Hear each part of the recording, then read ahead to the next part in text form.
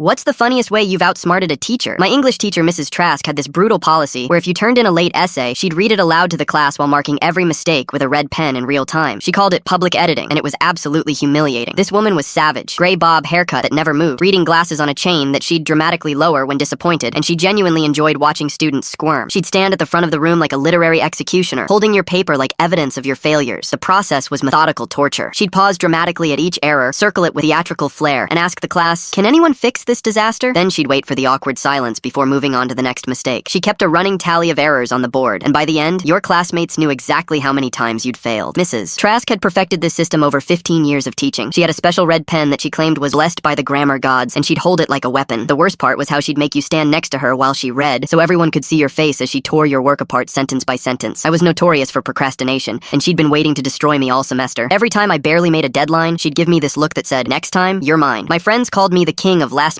assignments. I'd written essays in study hall during lunch, even between classes. When I inevitably missed the deadline for our Shakespeare essay, she was practically giddy with anticipation. She'd been dropping hints all week about how she couldn't wait for Friday's special presentation. "Ladies and gentlemen," she announced Friday morning with obvious glee, "Mr. Collins has finally given us the opportunity we've been waiting for. Please bring your masterpiece to the front for our editing session." The class went silent. Everyone knew what was about to happen. My friend Zach shot me a sympathetic look while Leah actually whispered, "I'm sorry," under her breath. Mrs. Trask was already uncapping her red pen like a surgeon preparing for operation. But here's what she didn't know. I'd written the essay entirely in iambic pentameter. Every single sentence followed Shakespeare's exact rhythm pattern, but it was disguised to look like a normal, analytical essay. I'd spent 3 days crafting it after missing the original deadline. As she started reading aloud, something felt off to her. The words flowed too smoothly, with an odd rhythm she couldn't place. In Hamlet's world of darkness and despair, the prince must choose between action and prayer. She paused, confused. Why did that sound so musical? Kids started noticing the weird rhythm. Billy began tapping his pencil along to the beat. Julia was quietly mouthing along. Dante, who usually slept through English, was suddenly paying attention. By the third paragraph, someone whispered, "Wait, is he rapping?" The whisper spread through the classroom like wildfire. Students were exchanging glances, trying not to smile as they caught on. Mrs. Trask kept reading, getting more confused as the class began subtly nodding along to the beat. "The ghost appears with vengeance on his mind, while Hamlet seeks the truth that he must find." She looked up suspiciously, but couldn't figure out what was happening. The breakthrough moment came when she reached my analysis of Ophelia. Poor Ophelia's madness stems from love's cruel game, while Hamlet's feigned insanity brings him fame. Half the class was now grinning openly, and someone actually snapped their fingers. When she reached my conclusion, "Thus ends my tale of Hamlet's tragic fate. Perhaps next time I'll turn my work in straight," the entire class burst into spontaneous applause. Mrs. Trask stood there, paper trembling in her hands, finally understanding what had just happened. She stared at the essay, then at me, then back at the essay. Did you write this entire 5-page analysis as a poem?" "You said we needed to write about Shakespeare's literary techniques," I replied innocently. "I thought I'd demonstrate my understanding by using them." The class was barely containing their laughter. Mrs. Trask looked desperately for errors to mark, but every line was grammatically perfect and academically sound. "This is," she started, then stopped. "This is actually quite impressive."